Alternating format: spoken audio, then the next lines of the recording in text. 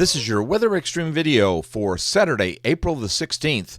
I'm meteorologist Brian Peters. Thanks for tuning in. Our surface map this morning features that large high pressure that has been off to our northeast for the last day or so, and it continues to be in that location, bringing us an easterly flow.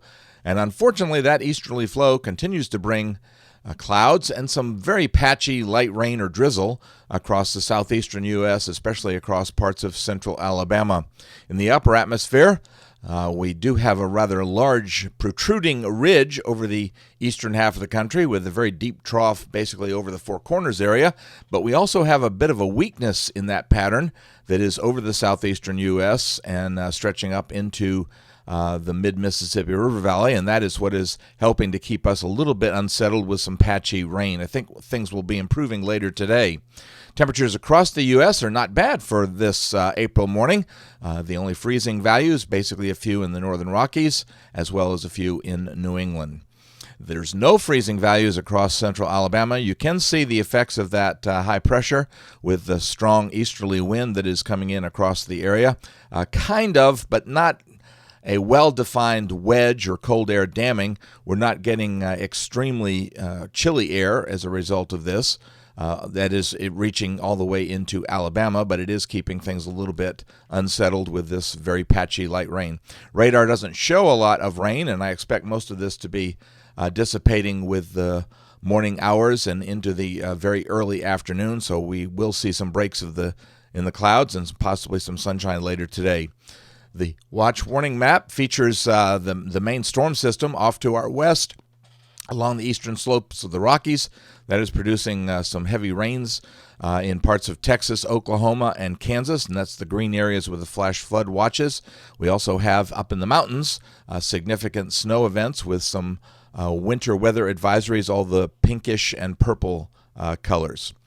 The quantitative precipitation forecast shows you that system is not going to be moving much, and for the next 5 days through Thursday morning, expecting on the order of anywhere from 5 to 9 inches of rain over parts of Texas, Oklahoma, Kansas, and up into Nebraska, with significant snows into the Rockies. Over the southeastern U.S., you can see that Alabama retains very little in the way of any precipitation, so we're going to hold off the rain until Thursday, even though Wednesday is going to be a bit of a transition day. Storm Prediction Center for day 1, that's today into early Sunday, has a slight risk for parts of Texas, the Texas Panhandle, western Oklahoma, the western Panhandle of Oklahoma, as well as parts of southwestern Kansas. For day 2, that risk shifts down into South Texas, and for day 3, it stays in that area. Now, something we don't normally talk about this time of year is a tropical system, a typhoon that is out in the Indian Ocean, and that is Fantala. And the track of Fantala will keep it in the Indian Ocean. Actually, if you'll notice, it goes out to the west and then curves back very sharply and comes back. And this is located to the north and northeast of Mozambique, so way out in the Indian Ocean. No threat to us. And by the way, there's another sort of visible image of the storm. You can see the eye showing up pretty well. All right, let's get back to the southeastern U.S. and to central Alabama, and we'll look at our pattern. Here's the upper air pattern, and you can see that we've got this little weakness over Alabama, Georgia, and parts of the mid-Mississippi River Valley, and that is helping to create the possibility of some very light rain. But I think by this afternoon we should see the rain end, and we should see a few breaks in the clouds, so we should see some sunshine during the afternoon hours with temperatures climbing into the upper 60s and lower 70s.